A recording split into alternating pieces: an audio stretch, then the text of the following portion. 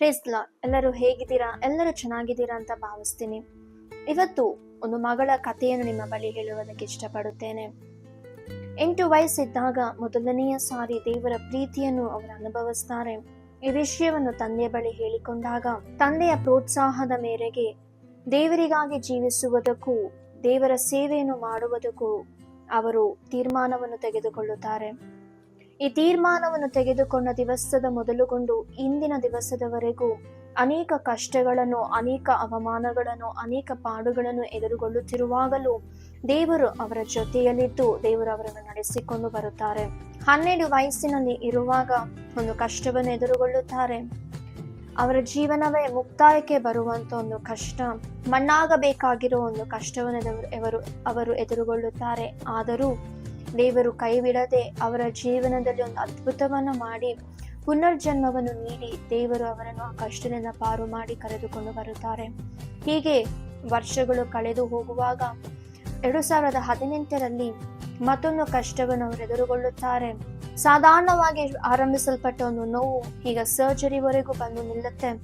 ಎಲ್ಲ ಡಾಕ್ಟರ್ಸು ಹೇಳುವ ಒಂದೇ ಮಾತು, ಸರ್ಜರಿ ಆಗಲೇಬೇಕು ಎಂದು ಹೇಳುವಾಗ ಕೂಡ ಅವರ ಧೈರ್ಯವನ್ನು ಕಳೆದುಕೊಂಡಿರುವುದಿಲ್ಲ.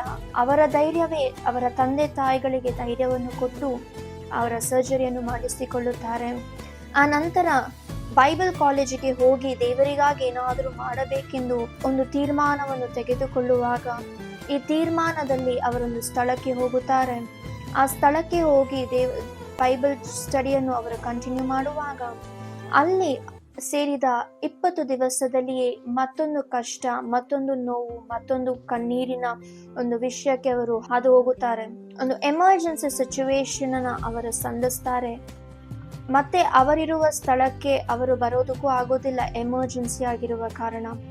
ಅದೇ ಎಮರ್ಜೆನ್ಸಿಯಿಂದ ಅದೇ ಪರಿಸ್ಥಿತಿಯಲ್ಲಿ ಅವರು ಅಲ್ಲಿಯೇ ಇನ್ನೊಂದು ಸರ್ಜರಿಯನ್ನು ಹಾದು ಹೋಗುತ್ತಾರೆ. ಆ ನಂತರ ಆ ಬೈಬಲ್ ಕಾಲೇಜ್ನ ಡಿಸ್ಕಂಟಿನ್ಯೂ ಮಾಡೋದಕ್ಕೆ ಅನೇಕ ಕಷ್ಟಗಳನ್ನು ಅವರು ಎದುರುಗೊಳ್ಳುವಾಗಲೂ ಒಂದು ತೀರ್ಮಾನದಲ್ಲಿದ್ದರೂ, ಇಲ್ಲ ನಾನು ದೇವರಿಗೋಸ್ಕರ ಇದನ್ನು ಮಾಡಿ ಮುಗಿಸಲೇಬೇಕೆನ್ನುವ ತೀರ್ಮಾನದಲ್ಲಿ ದೇವರ ಸಹಾಯದಿಂದ ಆ ಬೈಬಲ್ ಸ್ಟಡಿಯನ್ನು ಅವರು ಕಂಪ್ಲೀಟ್ ಮಾಡುತ್ತಾರೆ. ಆ ನಂತರ ಅವರ ಜಾಗಕ್ಕೆ ಅವರು ಹಿಂತಿರುಗಿ ಬರುವಾಗ ಮತ್ತೆ ಕಷ್ಟಗಳು ಕಂಟಿನ್ಯೂ ಆಗುತ್ತೆ, ಮತ್ತೆ ಕಷ್ಟಗಳು, ಅವಮಾನಗಳು ಅವರಿಗೆ ಕಂಟಿನ್ಯೂ ಆಗುತ್ತೆ. ಹೀಗೆ ಕಂಟಿನ್ಯೂ ಆಗುವ ಪರಿಸ್ಥಿತಿಯಲ್ಲಿ, ಆ ಮನಸ್ಥಿತಿಯಲ್ಲಿ ಒಂದು ತೀರ್ಮಾನವನ್ನು ಅವರು ತೆಗೆದುಕೊಳ್ಳುತ್ತಾರೆ. ಇನ್ನು ಸೇವೆ ಬೇಡಪ್ಪ, ಇನ್ನು ಇದು ಸಾಕು. ದೇವರಿಂದ ದೂರ ಹೋಗುವಂತ ಅನೇಕ ಸಂದರ್ಭಗಳು, ಅನೇಕ ವಿಷಯಗಳನ್ನು ಅವರು ಎದುರುಗೊಳ್ಳುತ್ತಾರೆ. ಕೆಲವು 1 ವರ್ಷ, 6 ತಿಂಗಳು ಕೂಡ ಅವರು ದೇವರಿಂದ ದೂರ ಹೋಗುತ್ತಾರೆ. ಸೇವೆ ಬೇಡ, ಕಷ್ಟ ಬೇಡ, ಅವಮಾನ ಬೇಡ, ಇನ್ನಿ ನೋವು ಬೇಡ ಅನ್ನುವ ಆ ನೋವಿನಲ್ಲಿ ಅವರು ತೀರ್ಮಾನವನ್ನು ತೆಗೆದುಕೊಂಡು ದೇವರಿಂದ 6 ತಿಂಗಳು, 1 ವರ್ಷ ದೂರ ಹೋಗಿ ಆ ತೀರ್ಮಾನವನ್ನು ಅವರು ತೆಗೆದುಕೊಳ್ಳುವಾಗಲೂ ದೇವರು ಅವರನ್ನು ಒಂದು ನಿಮಿಷವೂ, ಒಂದು ದಿನವೂ ಬಿಡದೆ ಅವರನ್ನು ಹುಡುಕಿಕೊಂಡು ಬರುತ್ತಾರೆ. ಈ ನಿರ್ಧಾರದಲ್ಲಿರುವ ಅನೇಕ ಸಾರಿ ಕೂಡ ಮತ್ತೆ ದೇವರ ಪ್ರೀತಿಯನ್ನು ಅವರು ಅನುಭವಿಸಿ ಮತ್ತೆ ಒಂದು ನಿರ್ಧಾರಕ್ಕೆ ಬರುತ್ತಾರೆ. ಇಲ್ಲ, ದೇವರ ಪ್ರೀತಿಯನ್ನು ಅನುಭವಿಸಿದ ಮೇಲೆ ಇಲ್ಲ, ದೇವರು ಬೇಕು, ಇಲ್ಲ ದೇವರ ಸೇವೆ ಮಾಡಬೇಕು ಎಂದು ಅವರು ತೀರ್ಮಾನಿಸುತ್ತಾರೆ. ಹೀಗೆ ತೀರ್ಮಾನಿಸುತ್ತಿರುವಾಗಲೂ 2025ರಲ್ಲಿ ಕೂಡ ಒಂದು ಕಷ್ಟವನ್ನು ಅವರು ಎದುರುಗೊಳ್ಳುತ್ತಾರೆ. ಮತ್ತೊಂದು ಸರ್ಜರಿ ಆಗಬೇಕು, ಇದನ್ನು ತಪ್ಪಿಸೋದಕ್ಕೆ ಆಗದೇ ಇರುವಂತ ಒಂದು ಪರಿಸ್ಥಿತಿಯಲ್ಲಿ ಮತ್ತೊಂದು ಸರ್ಜರಿಗೆ ಅವರು ಎದುರುಗೊಳ್ಳುತ್ತಾರೆ. ದೇವರಿಂದ ತುಂಬಾ ಈ ಸರ್ಜರಿ ನಡೆದ ನಂತರ ಅವರು ದೇವರಿಂದ ತುಂಬಾ ದೂರ ಬರುತ್ತಾರೆ.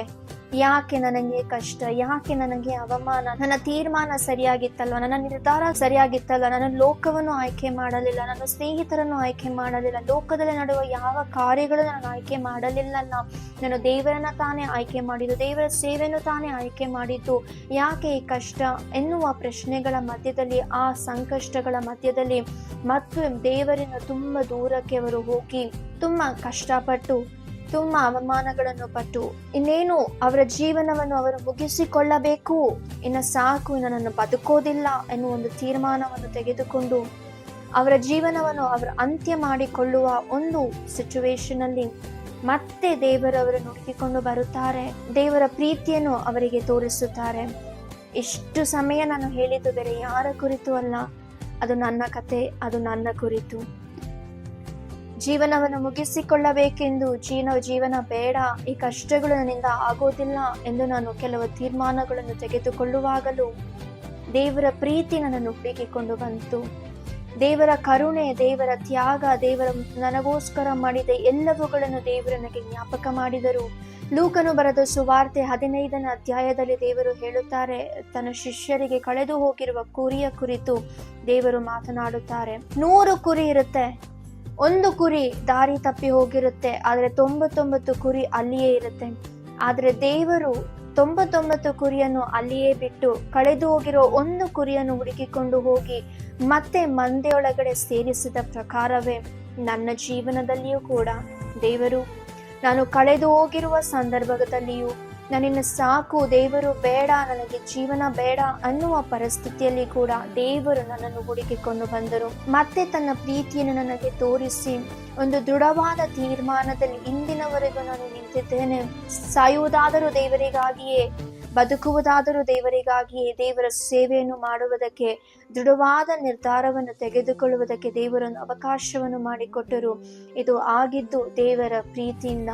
ಇಂದು ನೀವು ಯಾರಾದರೂ ಹೀಗೆ ಕೂತಿರುವುದಾದರೆ, ದೇವರು ಬೇಡ, ಸೇವೆ ಬೇಡ, ಯಾರು ಬೇಡ, ನಾನು ಸತ್ತರೆ ಸಾಕು ಎನ್ನುವ ಒಂದು ತೀರ್ಮಾನಗಳಲ್ಲಿ ಒಂದು ಕನ್ಫ್ಯೂಷನ್ ಅಲ್ಲಿ ನೀವು ಕೂತಿರುವುದಾದರೆ, ಇನ್ನು ನಿಮ್ಮನ್ನು ನೋಡಿ ಧೈರ್ಯಪಡಿಸುವುದಕ್ಕೆ ಇಷ್ಟಪಡುತ್ತೇನೆ.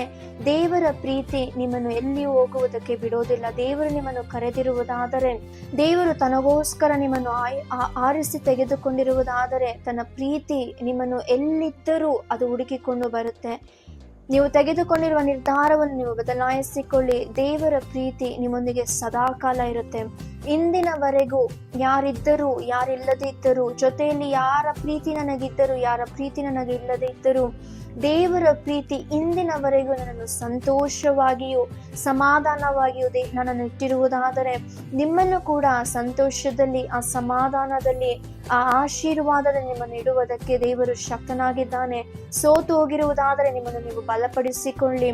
ಜೀವನ ಸಾಕು ಎನ್ನುವ ಒಂದು ತೀರ್ಮಾನದಲ್ಲಿ ನೀವು ಕೂತಿರುವುದಾದರೆ ನಿಮ್ಮನ್ನು ನೀವು ಬಲಪಡಿಸಿಕೊಳ್ಳಿ.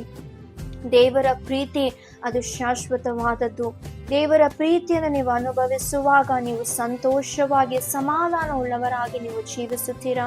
ನನ್ನ ಜೀವನದಲ್ಲಿ ದೇವರು ಅದ್ಭುತಗಳನ್ನು ಮಾಡಿರುವುದಾದರೆ, ನನ್ನ ಜೀವನದಲ್ಲಿ ದೇವರು ಒಳ್ಳೆಯ ಕಾರ್ಯಗಳನ್ನು ದೇವರು ಮಾಡಿರುವುದಾದರೆ, ಇಂದು ನಿಮ್ಮ ಜೀವನಗಳಲ್ಲಿಯೂ ಕೂಡ, ಇಂದು ನಿಮ್ಮ ಕುಟುಂಬದ ಜೀವನದಲ್ಲಿಯೂ ಕೂಡ, ಇಂದು ನಿಮ್ಮ ಪರಿಸ್ಥಿತಿಗಳಲ್ಲಿ ಕೂಡ ದೇವರು ಒಳ್ಳೆಯದನ್ನು ಮಾಡೋದಕ್ಕೆ ಶಕ್ತನಾಗಿದ್ದಾನೆ.